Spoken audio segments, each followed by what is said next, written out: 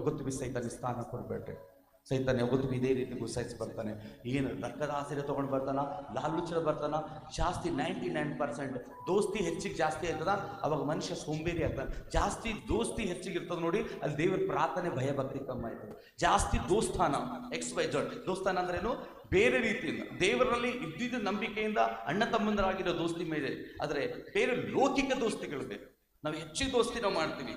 ಲೋಕದ ಚಟಗಳಲ್ಲಿ ನಾವು 100% ಪ್ರಾರ್ಥನೆಯಲ್ಲಿ ನಾವು ಏನು ಭೀ ಬೆಳೆಯಲ್ಲ, ಒಂದು ಸ್ವಲ್ಪನೂ ಬೆಳೆಯಲ್ಲ, ಸ್ವಲ್ಪನೂ ಘಟಾಯಿಸಲ್ಲ. ನಾವು ಅಲ್ಲೇ ಇರ್ತೀವಿ. ಯಾವಾಗ ದೋಸ್ತರು ಕಮ್ಮಿ ಇರಬೇಕು, ಪ್ರೇಯರ್ ಮಾಡೋನಿಗೆ ದೋಸ್ತರು ಕಮ್ಮಿ ಇರಬೇಕು, ಪ್ರಾರ್ಥನೆ ಮಾಡೋನಿಗೆ ದೋಸ್ತರು ಕಮ್ಮಿ ಇರಬೇಕು. ಯಾಕೆ ಗೊತ್ತಾ, ಹೆಚ್ಚಿಗೆ ಏಕಾಂತದಲ್ಲಿ ಸಮಯ ದೇವರಿಗೆ ಕೊಡ್ರಿ. ಆದರೆ ಇಂಥ ದೋಸ್ತರು ನಿಮಗಿರಬೇಕು, ಅವ್ರು ನಿಮಗೆ ಪ್ರತಿ ಸಲ ಸಪೋರ್ಟೆಡ್ ಇರಬೇಕು. ಅದು ಹೆಣ್ಮಕ್ಳಿಗಾಗಲಿ ಪುರುಷರಿಗಾಗಲಿ ಸಪೋರ್ಟೆಡ್ ಇರಬೇಕು. ಅದು ಮೋಟಿವೇಟ್ ಮಾಡಬೇಕು, ನಿಮ್ಮನ್ನು ಪದೇ ಪದೇ ನಿಮ್ಮನ್ನು ಪುಷ್ ಮಾಡಬೇಕು. ಅವರು ನಿನ್ನನ್ನು ಪ್ರೇಯರಲ್ಲಿ ಬಿದ್ದಾಗ ಯಾಕೆ ಪ್ರೇಯರ್ ಮಾಡ್ತಾರೆ ಹೇಳೋ, ಪ್ರೇಯರ್ ಮಾಡು, ಇಂಥವ್ರು ಹೇಳೋರು ಇರಬೇಕು.